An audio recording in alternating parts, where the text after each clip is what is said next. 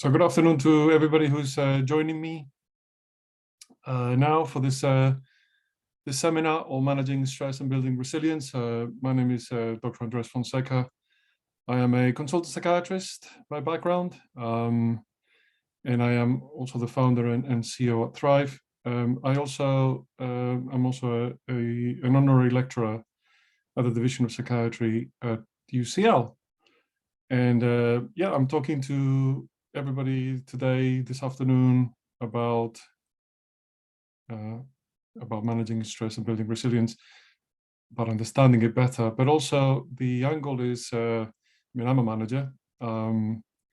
I have many direct reports, and I'm interested in making sure that they are managing well the stress that they are perceiving and being subjected to, and also that I minimize the risk of burnout in my teams, and not just burnout, but as we will see in a minute, the development of actual clinical conditions. So yeah, we'll talk a little bit about that. Just giving maybe 1 more minute or 2 more minutes as people are still joining to get started properly. Just watching those the attendee counter go up. But yeah, so what we'll do, we have a Q&A function if you look at your controls in the meeting, and hopefully you should be able to submit questions there.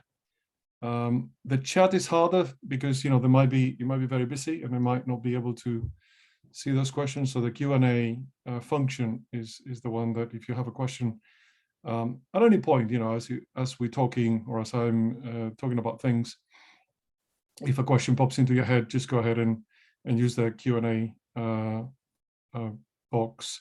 So the seminar lasts for about an hour, and as I said, I talk about what is stress and what is resilience and actually how to manage it, but also from the point of view of managing a team and trying to sort of be mindful of this topic and how to introduce your knowledge of stress and how it may affect people into your practice as a manager. Okay, so I think we're ready to go ahead and start. So just so you get an idea of what we'll be covering, a little bit about the prevalence. I don't think anybody's going to be surprised when I mention the numbers. Also, what the perception is, something around the idea of whether all stress is bad or there might be good stress, and what that is and why we say that, and then coping strategies, of course, and building resilience and stress management for yourself. Obviously, as a manager, this is important. So you have to look after yourself before you look after anybody else. It makes you a more effective manager if you're looking after yourself, but also to be aware of the way this may manifest in your teams and perhaps how to tackle it. So yeah, those are kind of the topics. I do talk a little bit about Thrive and how you might use it as a tool with your teams and where it might come in handy when thinking about stress and burnout. Okay, again, I don't think anybody's going to be surprised by these numbers. So when you ask on a survey, and I mean, I would say that the methodology here leads to high numbers because it depends on how you ask the question. You get one number or another. So if you ask people, 75% of adults, working age adults, will say that they are so stressed that they feel overwhelmed or unable to cope, depending on what it is. This doesn't necessarily mean at work. This is a more general feeling, and it doesn't mean that they're feeling stressed like this all the time, but that they might be, periods of time where they're feeling like this. So it's like three quarters, really. Stress is not formally defined as a condition. So we'll talk about the concept in a minute, but that's also worth bearing in mind.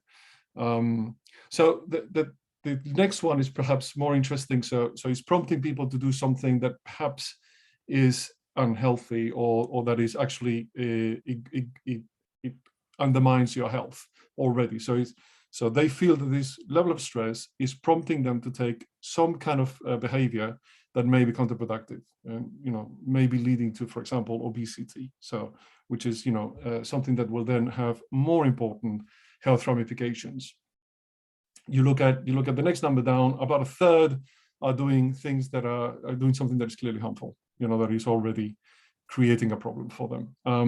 That's something that's worth bearing in mind. If this is something that perhaps we don't always think about as a manager, but if we have somebody in our team that is actually feeling very pressured, there is a risk that they might be starting to use alcohol to try and cope with it.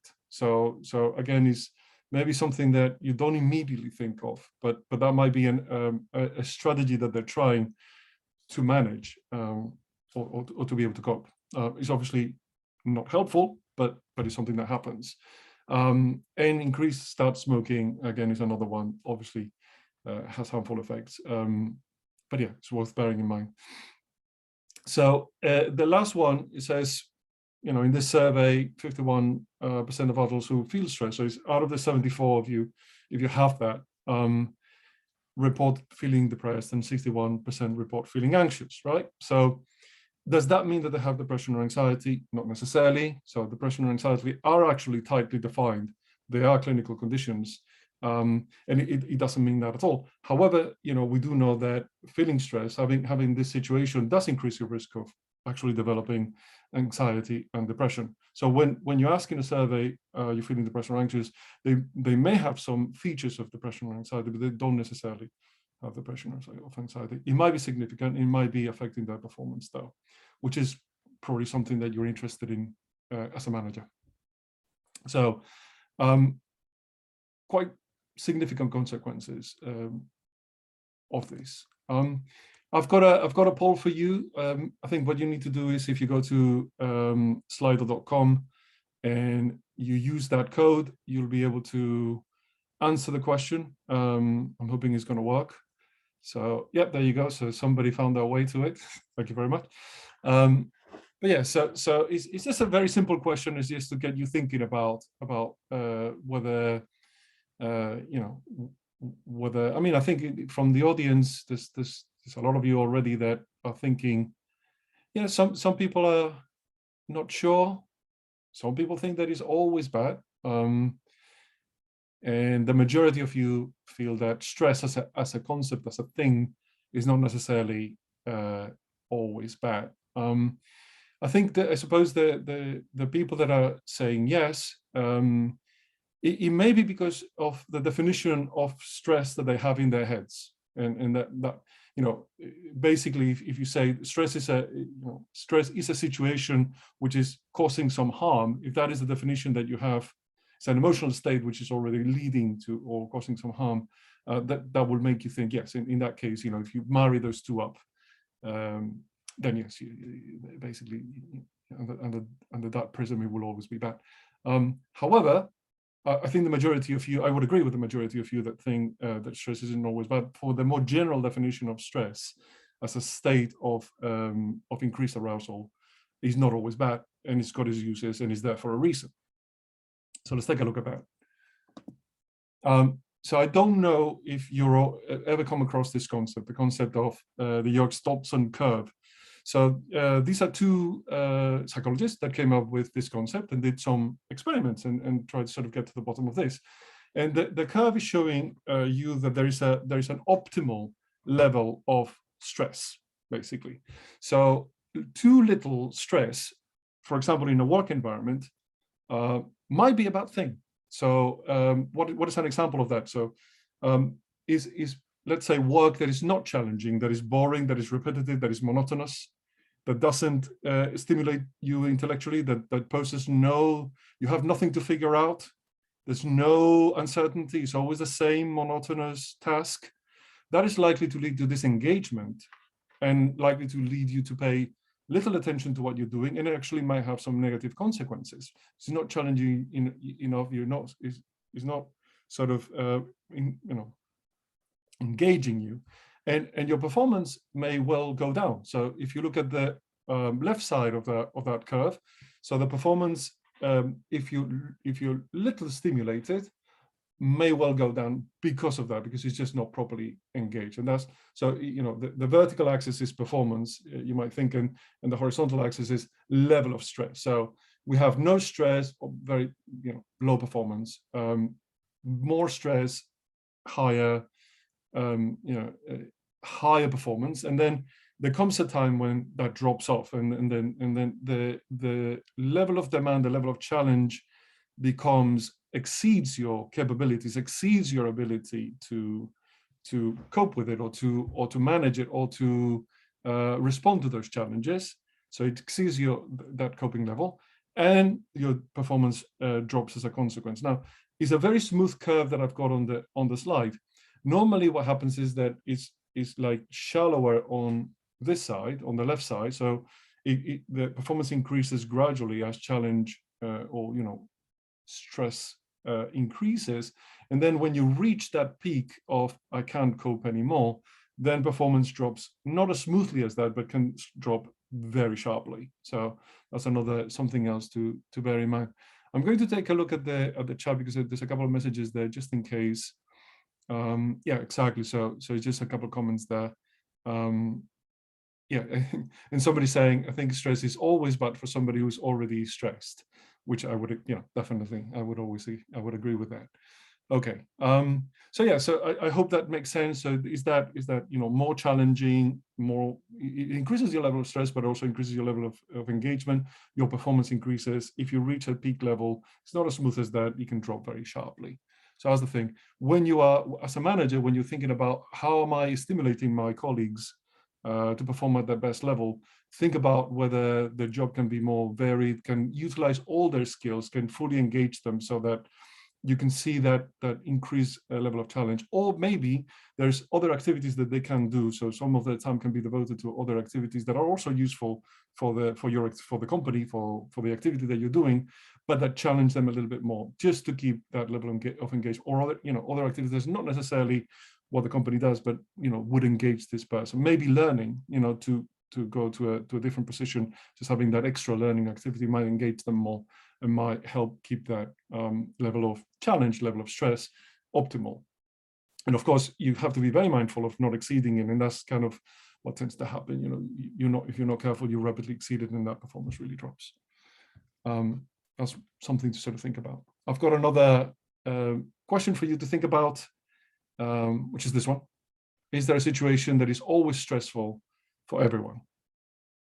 So is there like one thing that happens that everybody in the world is going to be stressed by it? So the majority of you at the moment are thinking, yes, there is a situation. If you can put it in the comments, maybe that'll be helpful to get your idea of what kind of a situation you think might be stressful for absolutely everybody in the world. Bereavement. So bereavement might be challenging for losing your home, moving house. Bereavement is like big changes, war, famine, threat to life. Yeah, so there's a few examples there. So the ones that you're putting in there is interesting. I mean, war and famine are not there. So natural disaster is there. There's a scale, which is called the Holmes-Rahe scale. Holmes, like Sherlock Holmes, and Rahe, spelled R-E-H-E scale, that tries to quantify, life events like the ones that you're putting down, and level of stress. So it's a list, and it's got something like maybe 100+ situations, and it just gives them a score for how severe they are in terms of how much impact they may cause. Interestingly, in that scale that tries to measure stress in this way, is there a situation that causes stress for absolutely everybody? It also includes positive situations like getting married, for example, or having a baby, for example, or things that you might perceive as in general positive. Yeah, but because we know that life events, I think somebody was saying,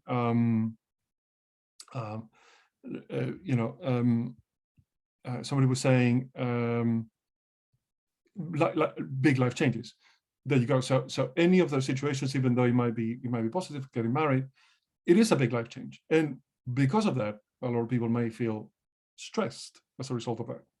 Now, the interesting thing is that even though we do have those scales, they don't tend to be all that useful all the time, because even in those situations that you're talking about, you will think, and I hope you're with me, you will see that there's different people that cope with them differently, or people that adjust to them more easily or better.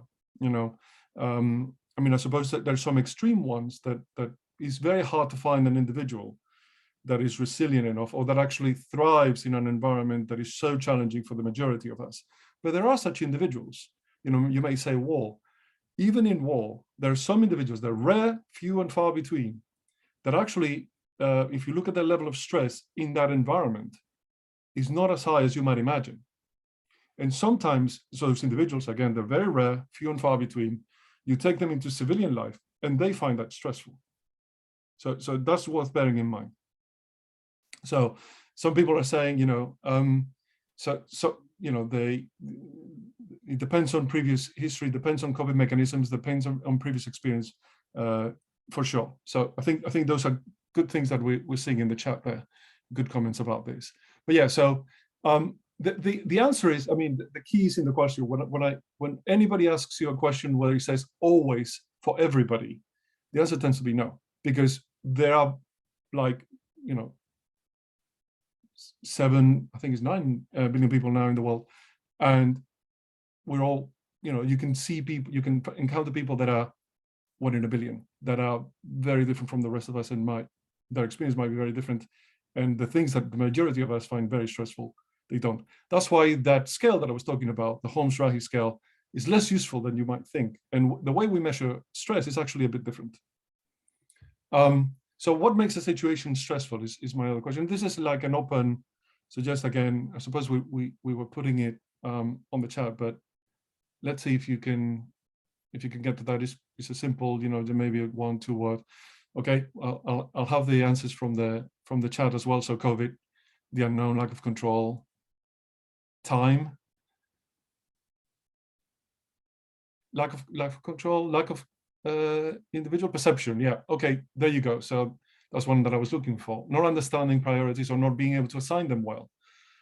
So feeling like everything is urgent and incredibly important when it might not be. Having high expectations, uncertainty, or not knowing how to predict. So uncertainty is interesting because we tend to perceive it as stressful, definitely. But it doesn't mean, uncertainty doesn't mean necessarily that there's going to be a bad outcome. It's just that we're not sure of the outcome. And just because we don't know the outcome, we don't think we can predict it confidently, that as human beings tends to increase our stress. Too much to do, too limited time. So that's what I was talking about, that model of stress that talks about how much resources you have and how demanding they are. So that's another way to think about it. So how many demands you have. Too many demands at one time. Yeah. So again, it's exceeding. So that's another good point. So you may have, you might be able to cope with each one of those demands individually, but because they all come at you at once, they add up and they exceed your capacity to sort of manage them. Feeling ill-equipped to deal with the situation.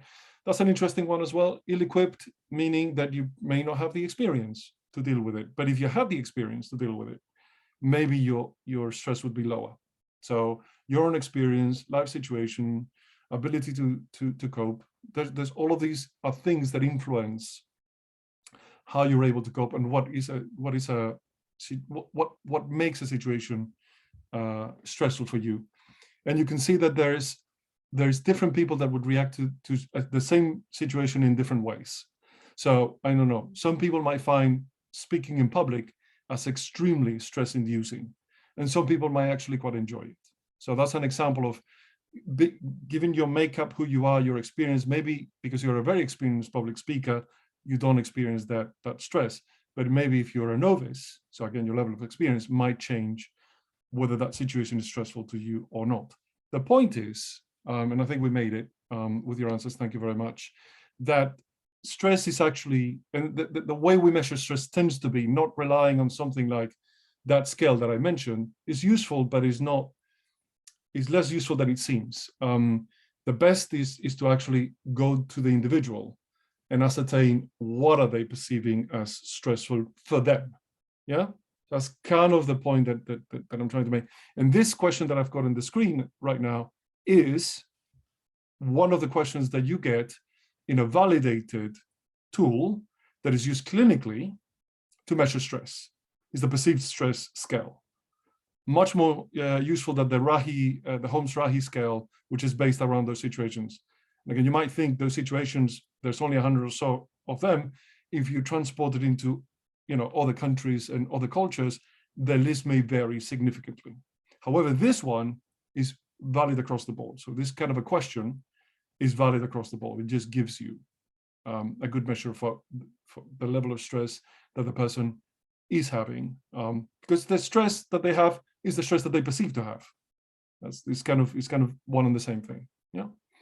So in the last one, how often have you been upset because of something that happened unexpectedly? There's 7 of these questions in the short version of the scale, and basically it gives you a measure of stress. And depending on how you score, we know that your risk of developing burnout, for example, or other conditions is higher or lower. Yeah, this is one of the scales that we have in the Thrive app, and is enabling us to sort of detect whether there's problems, there's people at risk. We also use a resilience scale to measure both things. So what is the point? So we're saying not all stress is bad. What is the point of stress? And again, maybe some people want to sort of put some answers to this question in the chat. But the point is, let's imagine that we didn't. Somebody's asking the scale. The one that we tend to use is called the perceived stress scale. And that's the one that is most commonly used. Yeah. Okay. So flight or fight. So somebody's saying, why do we have it? Yeah, flight or fight. So it evolved to save your life. Yeah, correctly.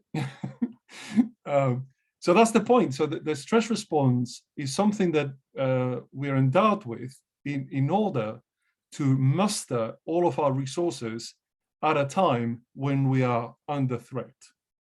That's kind of the point of it, right?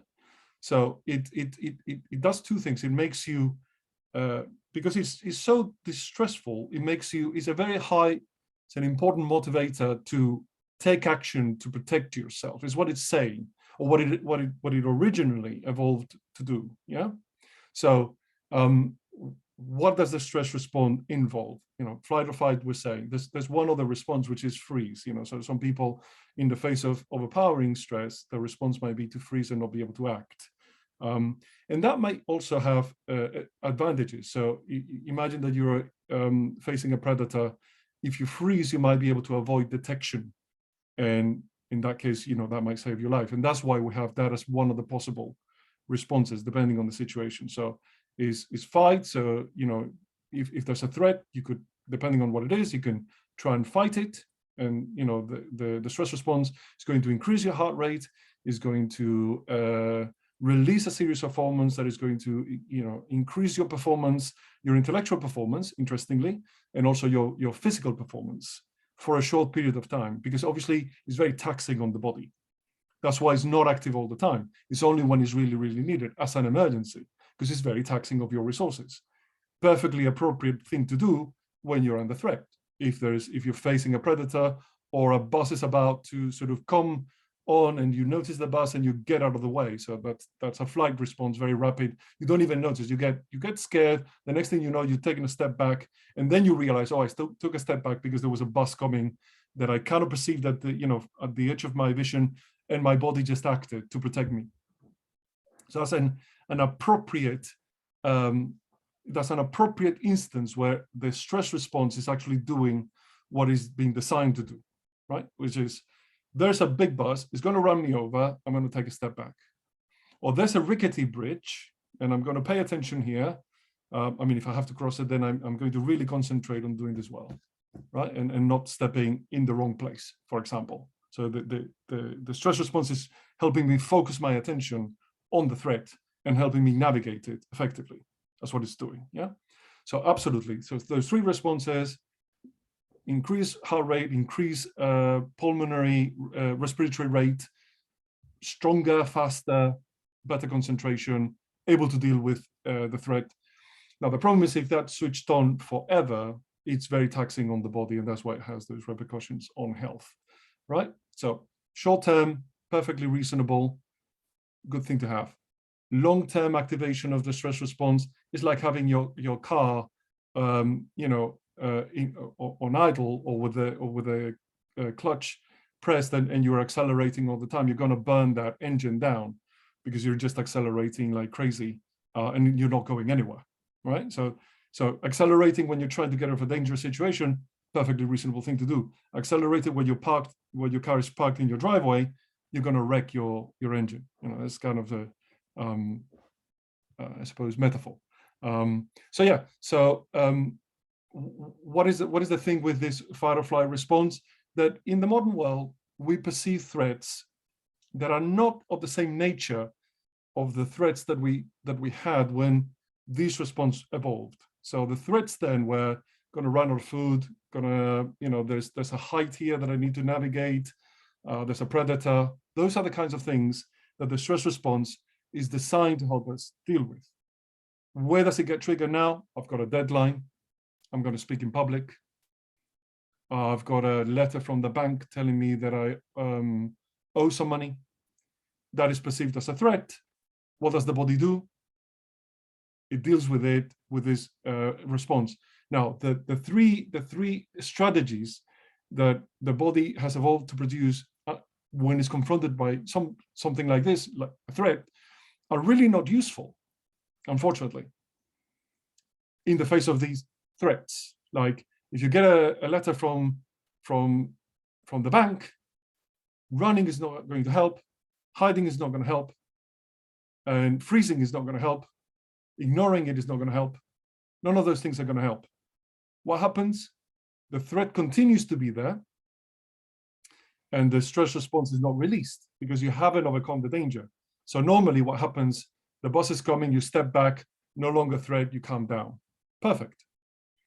There's a predator, you run away, perfect. You fight it off, perfect. There's a height that you have to sort of navigate and pay attention to what you're doing with your feet. You do that, you're on the other side, calm down, perfect. If the threat is there, is perceived to be there all the time, and you're not able to have this release, then that's when it's going to cause damage. So you have this perceived threat, that this basic response, increasing your concentration, running away, none of those things is help with it. So the threat remains, and that's the problem. Yeah. Not evolved enough now for modern stress. So the stress response gets triggered by something that is not really threatening your life. And here's my first tip. When you get the stress response, is it appropriate? Is this really a situation where my life is being threatened? Because that's what my body's doing. My body's acting as if my life was being threatened. That's what it's doing.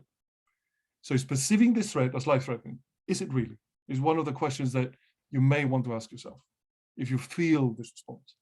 Or if you have a team member and, it might be difficult to navigate this conversation and you need to be very skilled, but you might ask them, you might get them to think about what the level of the threat is and what happens if the worst fear comes to fruition and how threatening that really is. Because some people think about the threat but haven't thought it through, and when you actually confront the threat, it's less threatening than you thought it was, but you haven't been able to think it through because you're paralyzed by the fear sometimes. Again, not your role. Your role is to appreciate that they have it and signpost them to seek the right support. Yeah. Now, the point of stress is that it has to have a threshold for the stress response to be triggered. It cannot not have it. And the body, the mind, sets this threshold, like we said, based on various things. I think you've all said it earlier, based on the responses, so based on our experience. So if we're an experienced public speaker, for example, when the threshold for us to be stressed about a public speaking event is going to be very high, right? However, if we've never done it, the threshold is much lower. So experience can set that threshold. having experienced a variety of situations and having learned from them and come through them is going to change that threshold. So that's an important thing, but it has to have one. It cannot not have one. It has to get triggered somewhere, because otherwise, the boss might be trying to run you over, and if you don't feel stressed, guess what's going to happen? You're not going to take that step back, and you're going to have a really bad accident. So it needs to be set at some point. If you, this is the other thing that is important to understand. If you avoid stress, if you avoid anything that is even remotely stressful, the threshold tends to get set lower and lower and lower and lower. So almost any amount of inconvenience could trigger the full-blown stress response. The reason this is important is because what we tend to do in therapy when we're dealing with anxiety and feeling stress is to manage that exposure by training people to deal with, in the presence of something that you find threatening, feel calmer and more in control. And that is that experience dimension that I was talking about. So if you live a very sheltered existence all your life, almost anything, small threats, a less than amicable conversation with a colleague could set off the stress response. You obviously haven't done it on purpose. You're not even imagining it. So don't get me wrong. This is not that you're fabricating a stress response out of nowhere. No, it's that because of your experience, because of what we said before. So it's a combination of how stressful the situation is, plus your experience on how to deal with it. Combination of those two. If this exceeds your coping mechanisms that you've developed so far, is going to result in that chronic stress situation where you feel threatened all the time and it's not resolving. Yeah. And the more you avoid, the lower that threshold is set. And it could be triggered just by anything. So exposure to stress in a gradual way is not the whole thing, but it's an important component of managing stressful situations, if that makes sense. Again, I'm not advocating that you're going to do this with your team yourself. No, that is therapy territory. But I think it's an important concept to understand that if you don't deliberately set it and you don't have the experience, it's going to get set for you, and small things may trigger it. Just that's the thing to try and understand. And you might be anchored at a particular low point, and that needs to be, you might need support to reset your stress level, your stress trigger level at a more adaptive level, if that makes sense. Yeah. So that's kind of an important thing to supposed to understand. But important, people are not making it up. They're not, some people say, oh, I hear this, like you're a bit of a snowflake and that sort of thing. I don't think that's the right way of thinking about it. It's not like they deliberately done this to not be able to cope. They're not happy. The stress response is very distressing. They may have a panic attack, and that is horrible and very, very disabling. So the fact that you have a low threshold does not say anything about you. It just means that we need to be supportive, and we need to understand it, and we need to sort of enable you to reset it to a different level. Yeah. I hope that all makes sense. So talking about coping strategies and about what people may do, I've got two columns here, helpful or unhelpful. For the unhelpful strategies tend to be utilized more frequently than the helpful strategies, and you might ask yourself why. And actually, I might be interested to read some answers to that question. Why do you think that we tend to go for the less helpful coping strategies first, as opposed to the more helpful coping strategies? Why does that happen? They're easier, quicker results, easier. So I think everybody's like, some could be subconscious. That is true, yeah, instant gratification, faster results. Yeah. So you're obviously right. You thought about it. So if you look at the column on the right, they all require some effort. Yeah. They all require, so they're more sustainable, they pay off in the long term, but they require for you to sort of work hard. And that is what the difficulty might be, right? So if you think about seeking out social support and engaging in your social network, that is a very helpful strategy that increases one form of resilience that we're going to talk about in a minute, right? But it requires some effort for you to maintain those relationships. And sometimes when you're feeling very stressed, you feel like you want to sort of shut away from the world and avoid. Avoidance is the problem. And remember, avoidance will set that threshold lower and lower and lower. So the more you avoid, the easier it is to trigger that stress response and the more sustained it becomes. So it requires that facing that, but stopping that avoidance as a deliberate action, which is very effortful. So social support, mood journaling, writing things down can be very helpful. How do you mood journal for it to be helpful? It's not about writing everything that happens. It's more about noticing. So when you're stressed, you tend to, because you have like a threat detector that is heightened, you tend to focus on anything that goes wrong, and then to stop focusing. And there's very well documented research that shows this. And you tend to stop focusing on the things that have gone well. You don't even notice them. So at the end of the day, if I ask you to tell me about your day, the things that stay in your mind are the things that haven't quite gone your way. And the things that disappear, that you don't even appreciate, that tend to get ignored, are the things that have gone your way. Why? Because you're in this threatened mindset. So you're not over-identifying, but identifying threats over anything else. Yeah, because you're under stress. So what is a helpful mode of journaling? When you're taking time to try and shift that, I'm gonna say a complicated word, which is what the technical term that we use for this tendency is called a cognitive bias. So we shift that cognitive bias from focusing on the things that are threatening and difficult to actually noticing the things that have gone well. And that is a helpful way of journaling, to try and reflect on what are those things that I kind of ignored that actually did go my way, that actually did were helpful, were good. That's effortful. It requires time, and that's why it doesn't get done as often as it should get done. The problem solving is that so it's not about avoiding the problem or disengaging from the problem, which is going to set that threshold that I was talking about lower and lower. It's about engaging with the problem in a useful way, being supported to engage with the problem, but engaging it. So then what? So I have a thread. I don't know. This is going to go terrible. Somebody was saying about not being able to prioritize. So I've got all these tasks that I need to do. I need to get them done. They feel very threatening because everybody's demanding this from me. And okay, so and then I feel very stressed because something terrible is going to happen.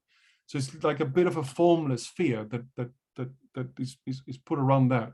Okay, what is actually going to happen? What is the likely outcome? Let's say that you don't manage to do half the things on your list. What happens? What is the big problem that's going to result out of that? Can you compensate for it? And then can you look at those tasks and I think people were saying, this ability to prioritize. And can you think about, very simply, is this a task that is urgent? Is this a task that is important? And if it's not urgent or important, if it's neither of those things, you can probably delete that task from your list. Absolutely. If it's important but it's not urgent, you can probably delay it. You can probably delegate it, or you can probably put time aside for it in the future. So delay it, delegate it, or delete it is when it's not important or urgent. But you have those 3 Ds to think about. Can I delegate? Can I delay it? Or do I have to do it now? Is the 4th D. Do I have to do it now? The urgent and important you're going to have to do because they're urgent and important. And the ones that you can delay, you can delay them. You can put them in your calendar. That is like a very basic way of problem solving. So is it urgent or important? If it's important, I can delay it or can delegate it. If it's urgent, I need to do it. Now, the problem is that everything might seem urgent to you.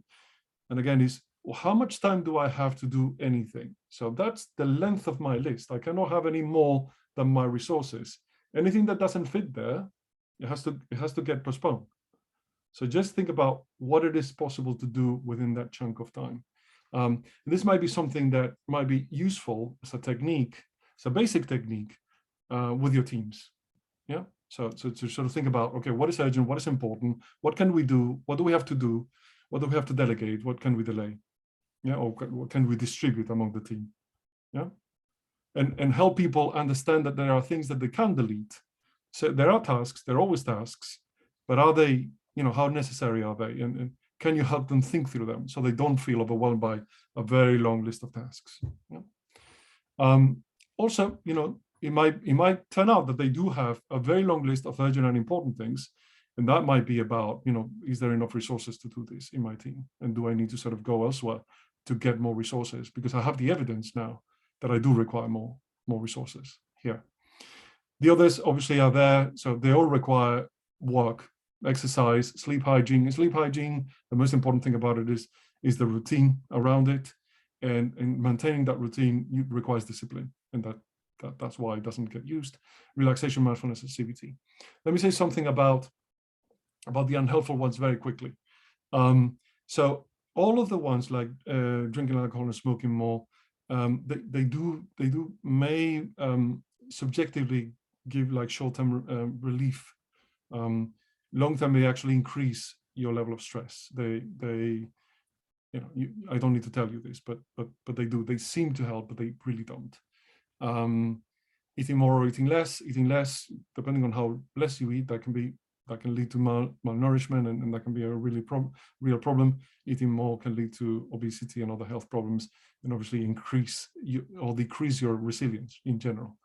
And ignoring or avoiding is not a strategy that is going to help, because the threat is not going to go away. I'm going to continue to have that stress response in a chronic way without resolution.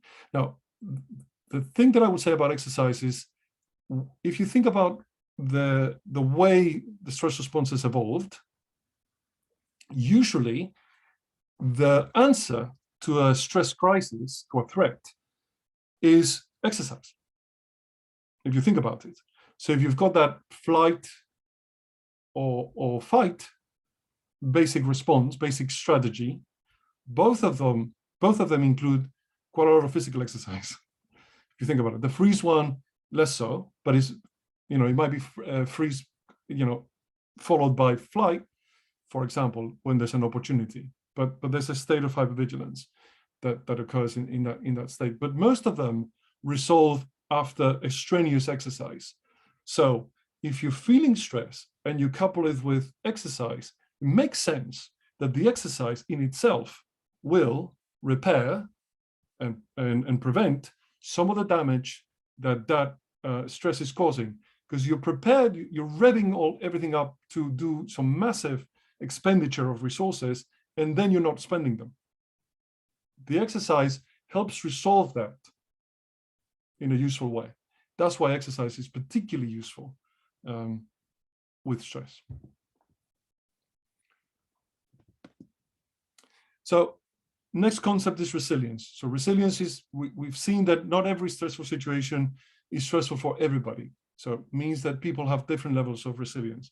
And we talked about extremely rare cases that might be resilient to extremely horrendous stress that the great majority of us would not be able to cope with. Yeah.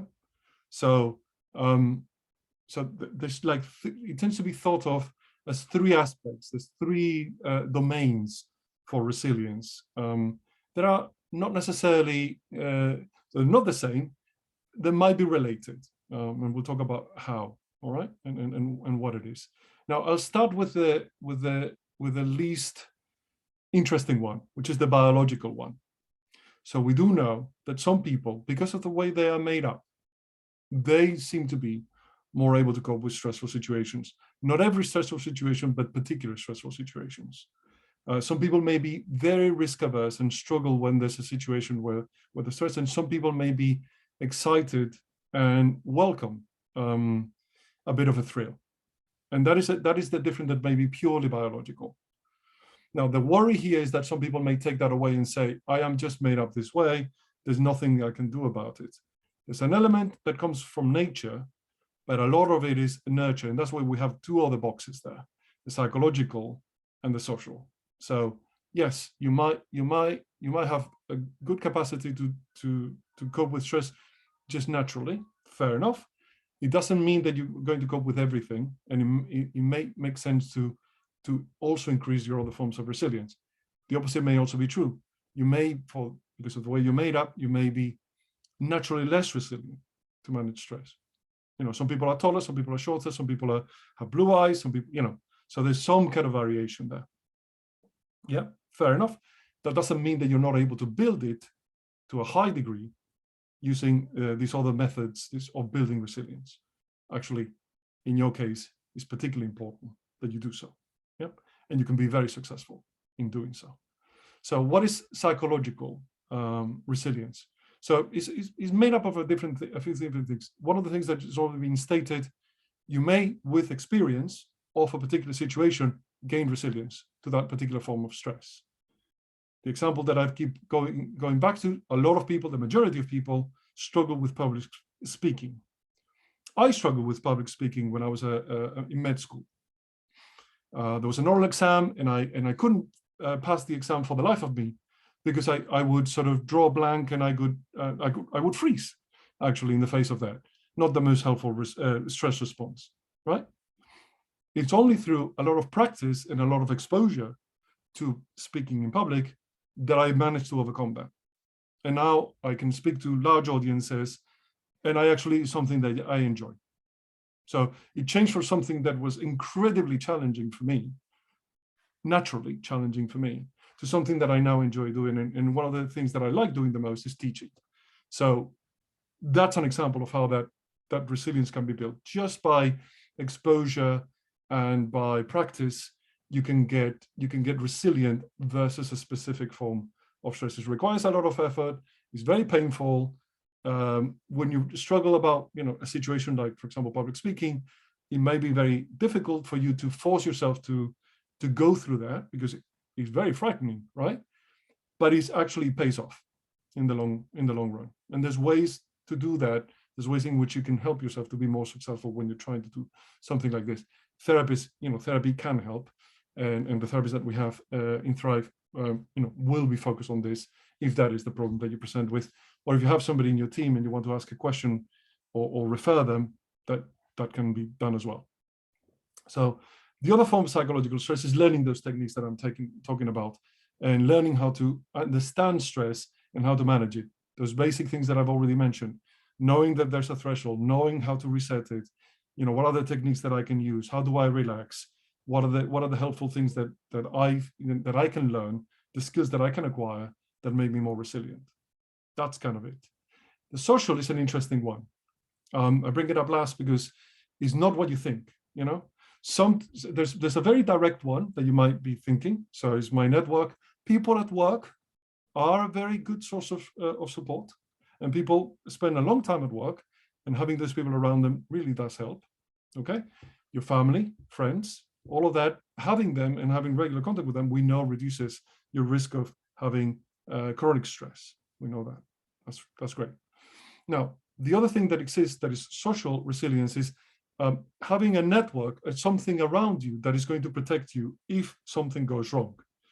An example of that might be here in the UK, we have the NHS. So we know that if we have a health crisis, we know in the back of our heads that we can go to see a GP, we're going to get taken care of. In the same situation, if you're in a place of the world where there's no healthcare system, you may be worrying a lot more about developing a healthcare problem, if that makes sense to you.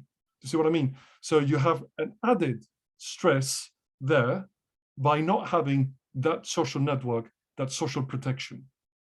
So even when you don't use a particular social resource, knowing that is there increases your resilience, because it's like one less thing to worry about.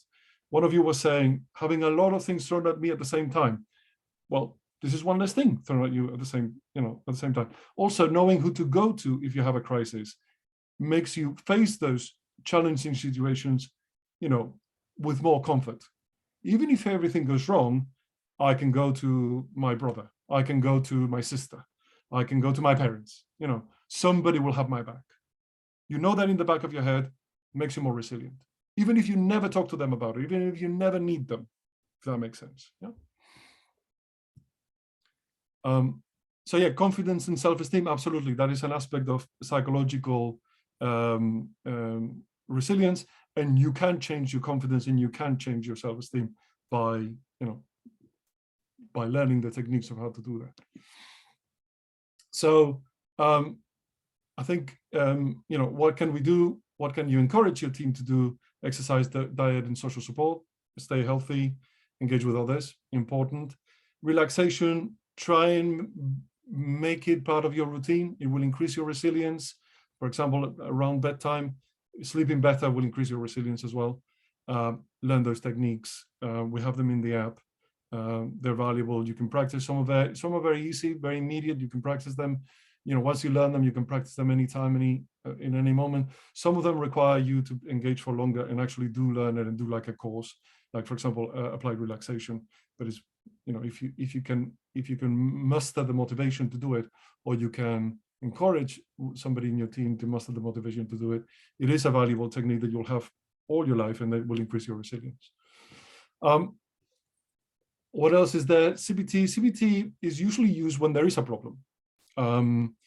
But it can be learned as a way to manage stress, because it helps you, it gives you a model of how to question your own thoughts, those automatic thoughts that come when there's a perception of threat. So I'm overwhelmed because there's too much to do. It helps you think through it, and separate what is fact from what is your assumption. And that can be very helpful, because a lot of our assumptions can be unhelpful and lead us the wrong way. Yeah, I'll give you a very silly example. Let's imagine, again, I go to a rickety bridge. Let's think about a rickety bridge. You have to cross to the other side. It's in very poor condition. It's very wobbly, and you immediately look at the bottom of that chasm and you feel a bit scared. In that case, your emotions are leading you the right way. Yes, that is a dangerous thing to do. You probably shouldn't do it because it's unsafe, right? You've determined that it's unsafe. You probably shouldn't do it.